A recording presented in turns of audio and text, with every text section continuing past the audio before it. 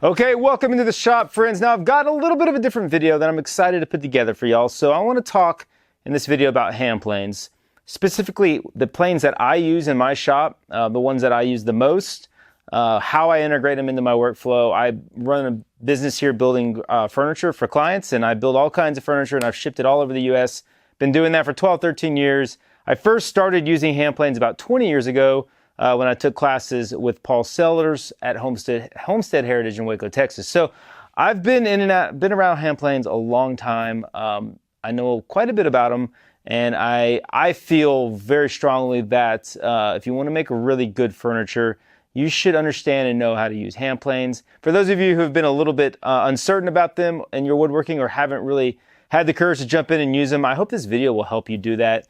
They're not hard to use once you simplify them a little bit, and they add a lot of value to the work you do. Not only just the enjoyment of using them, the lack of dust with them, the lack of noise, the way they help you connect with the wood and the workpiece. Also, they do things that machines can't do.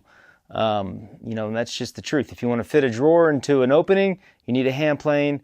If you want to, round off an edge, chamfer the end grain, add little details, there's a lot you can do with them. So I'm going to share some of that here in this video. I think where I'd like to start is just a basic overall anatomy of a plane. So if you know anything about hand planes, there's a lot of different hand planes. There's wooden planes, Japanese style planes. You've got, wood molding planes, transitional planes, which is metal and wood. You've got block planes, bullnose planes. There's a wide list of planes. So this video specifically is going to dial in on the Stanley style planes. That's mostly what I use. They're bench planes going through the numbers starting, I think, at 4 up to 8. And I have quite a few of those in that mix, and I'll tell you which one's my favorite. I'm going to touch a little bit on block planes because I use quite a few block planes. And then I do have some just unique planes out there that I use every once in a while that I'll share with you. So let's pull a plane down off the till here, and let's just take it apart. And we'll do kind of an overall anatomy of the plane. Okay, so let's break this down. First, we've got the lever cap here. You've got a cap iron screw right here. You do not have to take this screw out to get the blade out. I'm just doing it. I don't know why I'm doing it. We're just taking this thing apart. Cap iron screw. Here is your blade, your iron, and your iron cap. I'm backwards, sorry. Here's your iron cap. So this particular plane has some different steel on it from Veritas. This is, I think, A2 steel, a little bit harder, and I've upgraded this plane. So originally it would have a little bit different looking iron. This is a little bit thicker, harder steel, a better iron cap here.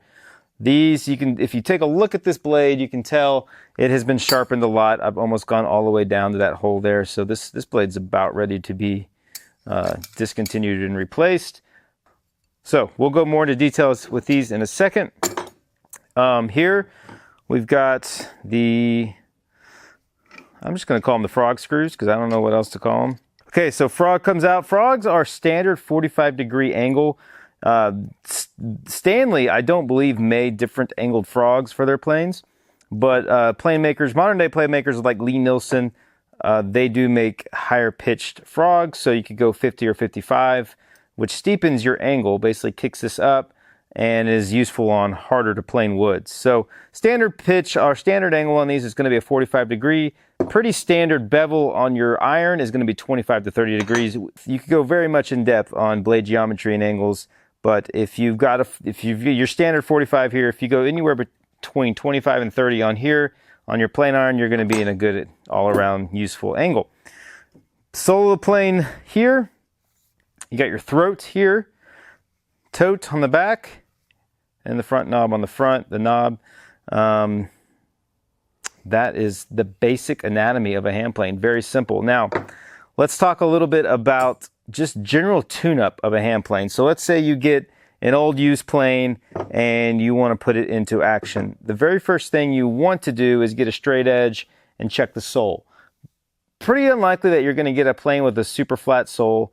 So it's very key for a plane to have a flat sole. And what you can do is take some sandpaper, put it on a piece of granite, glass, a flat machine surface, and you can work this plane down nice and flat. Now, important part about a hand plane, this is really a key takeaway, is this part of the sole right here in front of your throat is by far the most important point.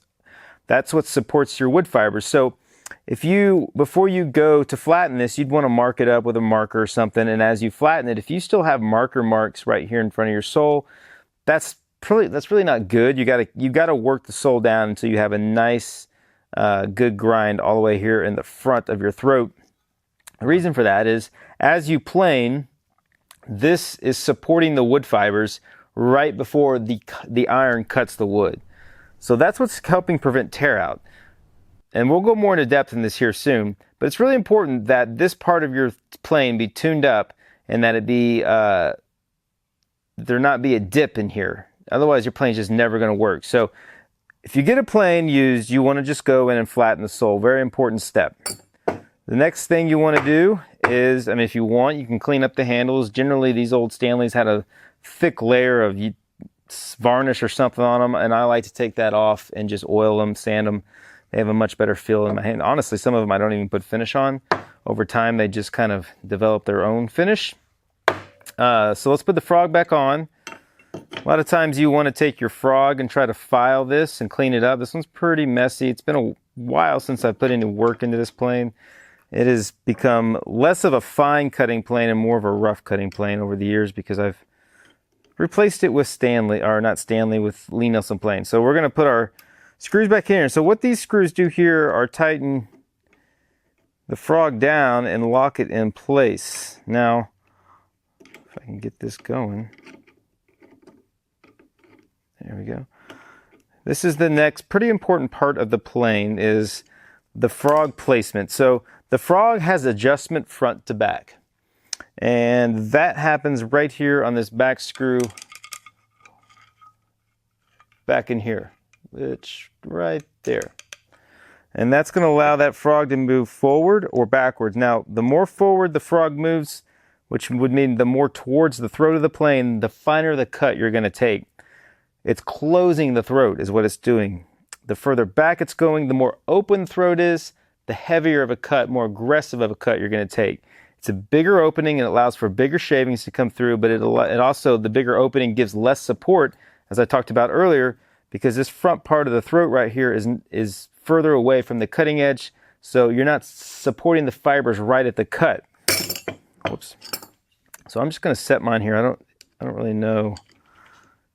Adjusting these takes a little bit of just trial and error. You got to kind of move it forward, make a cut, see where you like it. For my work, I generally leave one plane open for a rough cut, and I leave one really tight for really fine cut. So blade goes on. The iron cap goes right to the cutting edge. I leave just the smallest amount of edge hanging over. This is going to serve an important purpose right here. This is a chip breaker. So as you make the cut into the wood here, this is knocking those chips up and ejecting them out of the way so it doesn't get clogged up. So we can drop this in. Now let's make a note of this. This is an adjustment lever here that tilts your blade and gets it lined up the way you want it. Before I put that in there, let's put the lever cap screw back.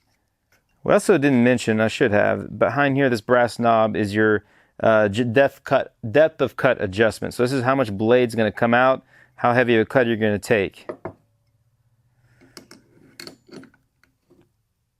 Iron goes on with the iron cap, then the lever cap locks it all in place. This is a little bit too far down here. And this locks it. Okay, so that's a quick overview of the plane. Sole, knob, tote, adjustment knob, adjustment lever, lever cap, iron, frog.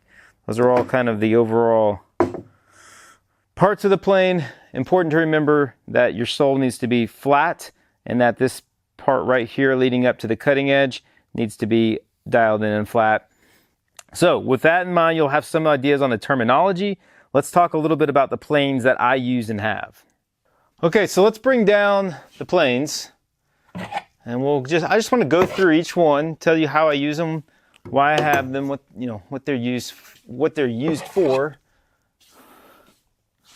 I think it'll be useful and helpful. Okay, so starting off, just the numbers. The numbers really don't mean anything other than the size. I think Stanley had 1 through 8, 8 being the largest, 1 being the smallest. I have 4, 4.5, 5, 7, 8, and then a couple specialty Lee-Nielsen's here. Now, the main one that I use is the 4.5, and I have 4 sitting here. Like I said, this is my dad's. I don't ever really touch this. When he's in the shop, he uses it. So we'll just put that one there. It's a Clifton. It's made in England. Those are great planes. Paul Sellers turned us on to those, and it's a cool plane. It's a good plane. I favor the Lee-Nielsen, which I have here, and then I'm going to talk about these two first because these were the first planes. This was the first plane that I ever owned. This is I think I bought this off eBay in like 2004 for $40, and this is a Stanley 4.5, mid-1900s, these planes, and I reach for these almost every day. So this is just the commonly used plane. I just like 4.5s. They're good. They're a perfect size. They're a little wider than the 4, a little heavier, and they just are an all-around really good plane. The reason I have 2, I always keep 2, is because I have 1 set up for a heavy cut, 1 for a light cut. So this is my heavy cut plane, which we talked earlier about the frog of the plane. So the frog is moved back, which opens that throat, which gives you more clearance, less support, but more clearance for your shavings. So that less support is probably going to create more tear out, but on heavier cuts, it's not as big of a deal because you're going to follow up with this 4.5 that has the frog more forward, tighter throat, more support on your fibers as it cuts, and less tear out. So I just keep 1 set for heavy, 1 set for light. Just an interesting fact on this one, this is World War II era plane, and there's no brass in this. So you'll notice, generally Stanley has a brass knob here and brass screws holding on your knob and tote. This one has a plastic knob and then steel screws. There is no brass, and because obviously brass was being used to make ammunition for the war. It also, interesting enough, has a much thicker sole. The casting on it was thicker, and I'm told that was because a lot of women were manufacturing these during that time, and they just casted them a little bit thicker, a little bit less experience, I guess, at the process, so it just created less room for air to grind too far into the casting and get the sole too thin. So that's an interesting fact about this little dude. I honestly don't use this one as much, even though this is like the one plane that's really sentimental to me because it's just, I've had it for so long. I've built so many pieces of furniture with this plane. It's done so much, and I don't know, it means something to me. But my wife got me this one a couple years ago. This is a Lee-Nielsen, and it's just kind of a Cadillac. It's like, this would be kind of like your Toyota Tundra, and this would be, your Lexus right here. Does that make sense? I don't know. Hopefully that makes sense. So I just like Toyota brands, so that's why I'm going that route. So this one's just a good quality plane, and I use, this is great for fine work, minimal tear out. I have this set up for a really fine cut, and it's got a good blade on it, sharp steel that holds its sharpness for a long time. So it's a good plane. So generally on a daily basis, I'm going to be grabbing one of these 2 just to do all around work. This is a little 4 that I recently got. It was actually gifted to me. It's kind of special to me. And, it's a fun plane to have laying around. It's, it has its uses. On little parts, it can be really useful. For rounding edges on boards, it can be useful. For chamfering, it can be useful. So, it's just a fun plane to use. So I'll grab it and use it every so often. This is a 5. This was a heavy cutting plane. I would call this a scrub plane. These are in the category of what you'd call smoothing planes. And these are joiners.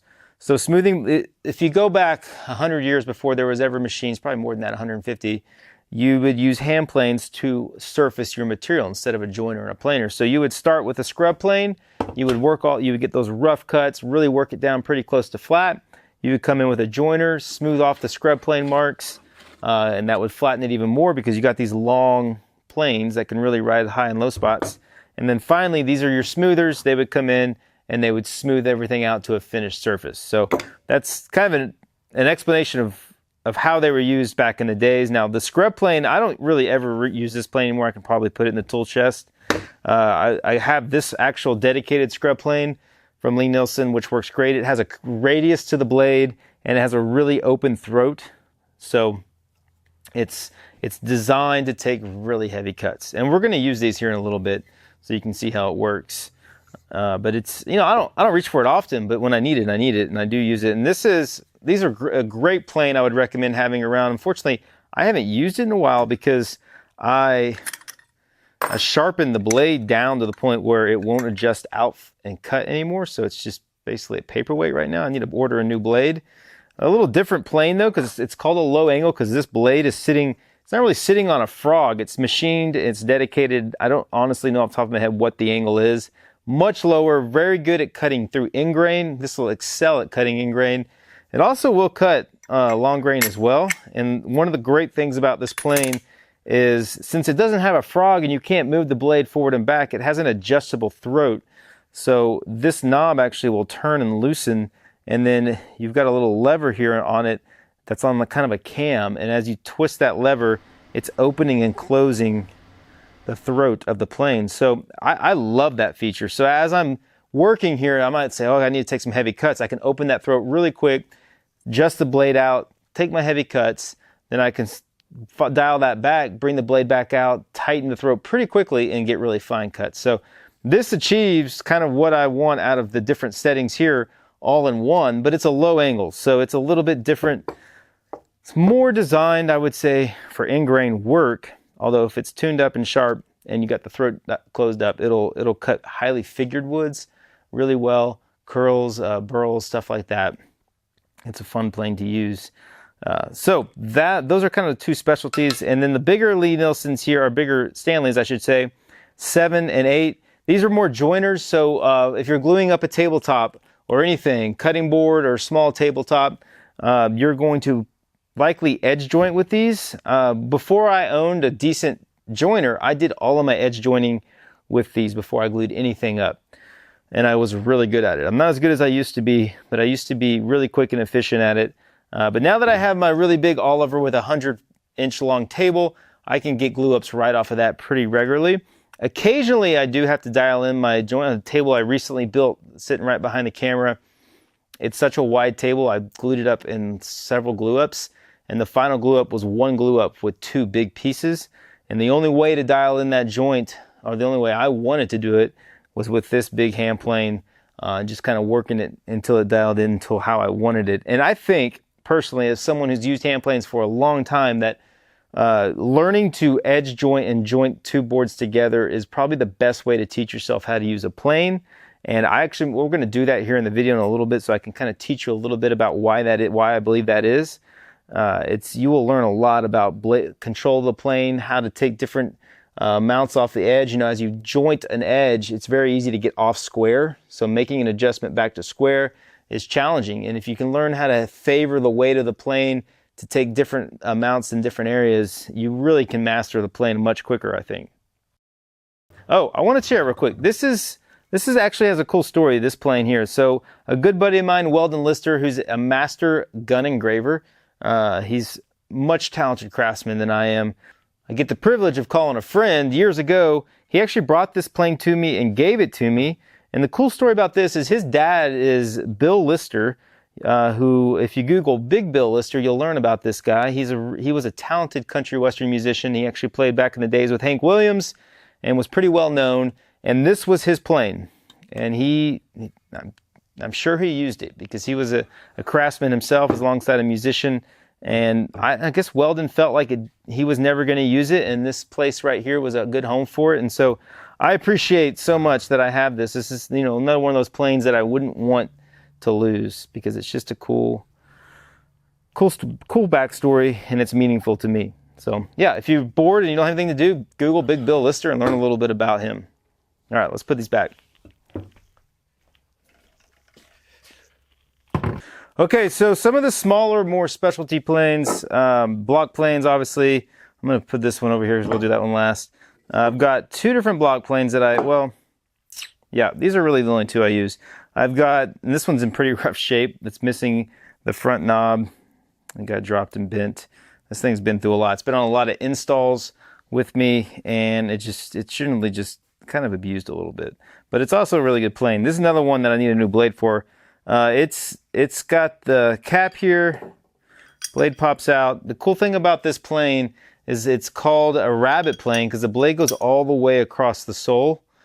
So it covers the full width of the sole of the plane, which allows you to get right up to the edge of things. I use this all the time to adjust tenons. If I'm fitting a tenon to a mortise, I'm going to take this and I can shave that tenon down and take small little cuts off of it and get right up to the shoulder of the tenon with this, and it works great for that. So that primarily that's what I use. If I'm working like ingrain, if I've got a chamfer detail I'm putting on a post or something of that nature, I'm going to go here with the same kind of plane. It's a Lie-Nielsen block plane, but it's skewed, which is really cool. So the blade is actually at an angle, which allows it to actually have a slicing cut. And I love that about going through it'll just slice the ingrain beautifully if you get the angle right. And it has this nice front wood knob. It also has a nicker in it, so you can rotate this little piece of steel right here, and it'll actually, you can cut a rabbit with it, and that nicker will scribe as you cut and keep those cross-grained fibers from tearing out. I don't ever use it in that application. It also has a fence for doing that, so it has an attachment that's a fence that rides here, and it'll cut a rabbit really nice. I just don't ever use it for that application. Block planes, these are the two I use the most. Any shop should have a block plane, really useful hand plane. This is a bullnose plane, which is also pretty useful at getting in tight spaces. So the cutting edge, there's only about 1/4 of an inch in front of the cutting edge, so I can get right in tight areas if I'm shaping a part. This, I don't reach for it often, but it's useful. And I actually got this on the recommendation of Paul Sellers when I was taking his classes, because not only this is Stanley number 90 is the number, not only is it a bull nose, but you can bring the top of it off, and now you've got a little chisel plane where you can come in here and kind of pare down a wedge tenon or something of that nature, or a through tenon, and it works nice to do that. So this little plane comes in handy every so often. Lie-Nielsen shoulder plane, great at adjusting shoulders on tenons. That's what it's for. It's big. It's a bulky, heavy, big chunk of steel here. And just like that block plane, the blade goes all the way across the width of the sole. So you can get right in there on that shoulder, and you can actually slice through ingrain and cut that shoulder and square up shoulders, reset shoulders so they're the same distance apart.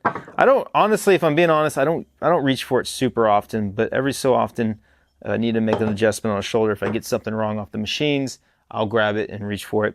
This is the router plane. This is an awesome plane. Great at hinge pockets, getting down in little areas and working holes, little flat spots out. It's adjustable here.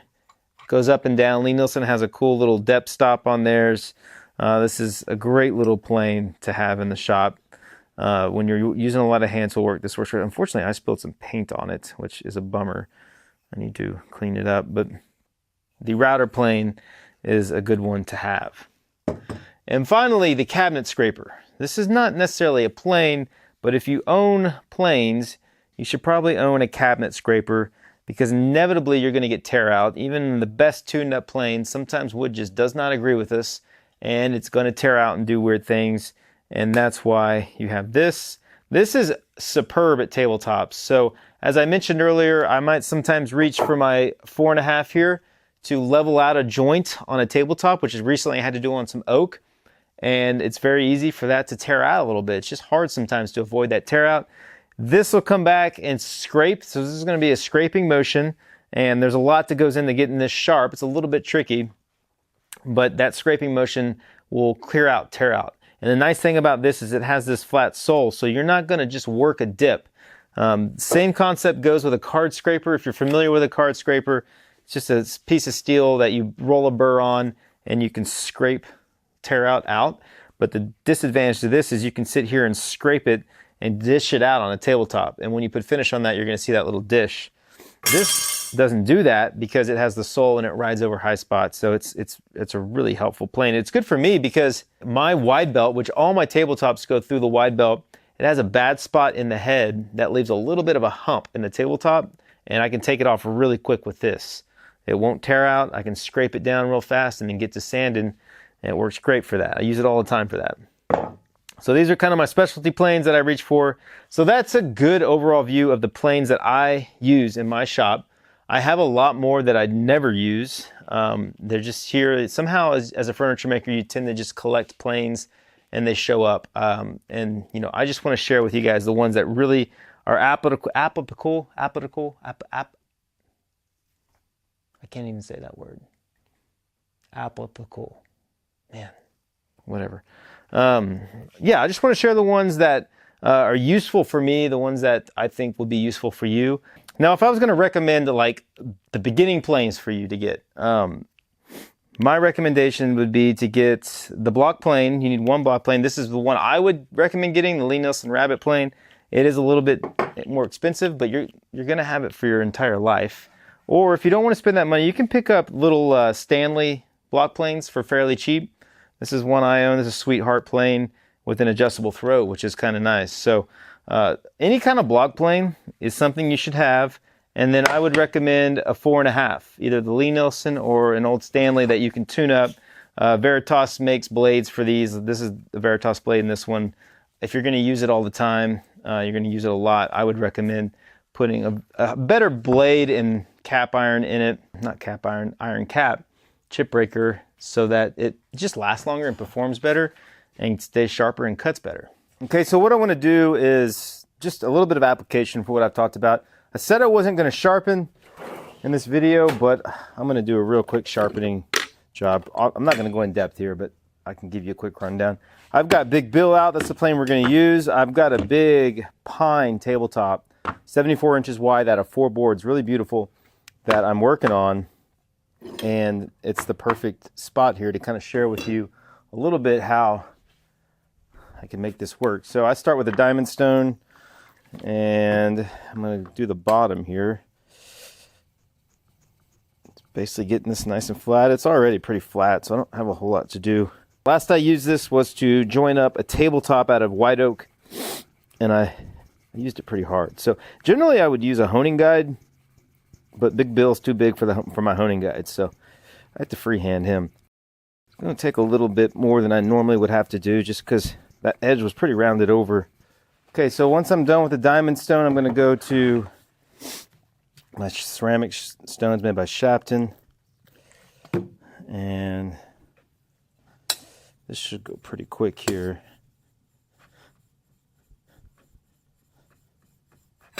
This is the last stone I'll use. I don't even know what grits these are. You can look Shapton ceramic stones up and find the colors indicate the grit, but this is a pretty fine cut here. This will leave a nice and shiny polished finish. A little strop here with some polishing compound just to get that last polished finish on this blade. And that will make some shavings. All right, we're going to get the chip breaker or iron cap on. Blade goes in on the frog, and then lever cap goes on. I like to make a habit after I sharpen to grab a little bit of oil, which keep up here. What is this? Jojoba oil. This is my dad supplies this stuff. He's much more on top of taking care of tools than I am. It's nice to have him in the shop sometimes because he'll clean rust off tools and oil them up for me. But every time I sharpen, just put a little oil on. It just helps keep them from getting too rusty. All right, let's grab a board. These are big and heavy, so this isn't going to be a lot of fun. There we go. Would have been a good idea to get the vise ready. All right, so what we're going to do, starting off, is always I back the blade way out when I start using a plane for the first time, basically to where it's not really taking a cut. I'm trying to get it, I've got the lever adjustment, lateral adjustment here, so that's going to adjust that the blade's on 90 to your throat, so you get a nice even cut. You can do this generally by feel with your thumb. So I'm probably not going to take a very heavy cut here, but I'm going to start. So I'm watching my shavings. That's where my eye is, and I want to make sure And I'm taking a really nice even cut there. Not a heavy cut at all. I'm going to leave that plain there. One thing you always want to have on deck when you're jointing tabletop boards, or any boards for that matter, is a square. So grab square. These are off the joiner. Just having a little bit of a challenge getting them. Now they're nice and square though, which is actually surprising considering how big and heavy they were. I was having a little bit of a challenge getting the joint right, so it's got a scoop to it, and there's about a heavy 16th gap, maybe a 16th gap in the middle of my joint. So I'm going to work these ends, get a little bit more blade out. This is pine. It's going to work beautifully. Kind of starting with those short strokes and going longer and longer. Again, I'm watching my shaving coming off of the blade. I want to make sure that I'm taking a pretty even shaving. If you're not taking a full width shaving, which I'm not really here, the reason for that is because my blade is not perfectly flat, which is the result of not having, well, it's almost a full width shaving. It's really close. But what I'm saying is if your sharpening stone is a little out of flat, your blade's going to kind of follow that. So it's got a dish in it or a high spot. Usually it's going to have a dish in it. And those ceramic stones probably need to be flattened. I'm going to check for square here. So I've gotten a little out of square, which is kind of a bummer, but not by much. Looking good. Looking pretty good. I'm going to do one more. I'm going to try to get a long pass, favoring this side and then favoring the other side on the other one, just to try to correct some of the squareness issues. Hopefully I'm favoring the right side. Sometimes my mind tells me one thing and I do the opposite. Yep, we're good. So I'm gonna take this one down. And again, I don't want to bump any finished furniture. All right, I'm going to try my best here with the camera to kind of show you what we're working with. So this is the joint we just worked on here. And you can see it's really hard to find that joint. Really no gaps in it. Looks really nice. Now, the middle joint here is pretty much identical to what we had prior to the hand plane on that one. And you can look here. So we're touching pretty much here. And pretty quickly we're going to go into this gap. You can see that black line there is about a 16th inch gap going the whole way. And then you get here and we're closed up again. So that's what we're dealing with. And the joiner, for some reason, you know, the first joint I did here, the joiner did a great job. And it's really, the challenge with these big boards is it's easy to, when you're handling them one man, it's easy to drop it down a little too hard on your end feed, and it can knock the adjustment out. And I unfortunately might have done that. That might be why we're jointing a little bit of a scoop in these. But that's why I love knowing how to use a hand plane. It's a great application. You know, what was that, like 5-8 minutes of work, and we've dialed in this joint really, really nice. And I'll do the same here. So it's just, there's some areas where, I mean, the other option would be to fire up a straight edge in a router, but the hand plane is just the way to go. It's a great application here for these big heavy tabletops, big boards, being able to manhandle those and get a number 8 on them and really get them flattened out. Okay, so that's a good overall look at the hand planes I use, the applications I have. I think it helps for people to see, especially those who are hobbyists, to see what happens in a professional shop, what planes I use and how I use them. So I think this is helpful for y'all. Now, a couple things I'll say with hand planes. I know there's a lot more to them than just picking one up and using one. There's a couple things you've got to have dialed in. First, they've got to be sharp. A plane that's not sharp is never going to work well. It's going to be frustrating. I remember when I first started using hand planes, I had such a hard time because I couldn't get the blade sharp. So that's the first hill you got to tackle. A couple things I would recommend. First is I do have some really good sharpening videos over on my Patreon. So if you want that content, it's over there. And I've made that available as a one-time purchase if you want it, or you can become a monthly subscriber and get all kinds of additional content.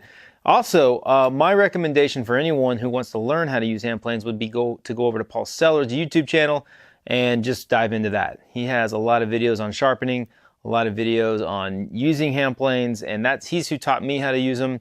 So I don't really think you can go wrong. I think that's a great starting point. There's also some really nice books out there.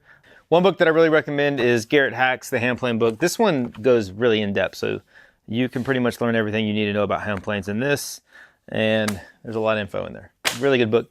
So that would be my recommendation. If you're new to hand planes, really, if you can do it, I would just get a really well-made one right off the bat, and you'll be able to jump in and make shavings pretty quick.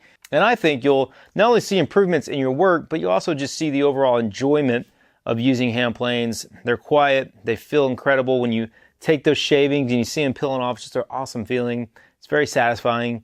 And it really does train your eye, your ear, and everything to understand wood grain, tear out, and you get a deeper connection with the material you're working with, which doesn't hurt. It makes you a better craftsman, I believe. So I hope that this video served you in some way and helped you understand a little bit better how you can integrate hand planes in the shop. It's my aim to kind of balance this hand tool with all the expensive machinery I have, CNCs and wide belts. There are things that I just have to have these for. So I can't operate my shop without them. So if you have any questions, anything of that nature, leave a comment. I'll try to get back to you. And as always, I really appreciate you guys tuning in. We'll see you on the next video. What are you doing, dude? Are you bored? You want to go play a little bit?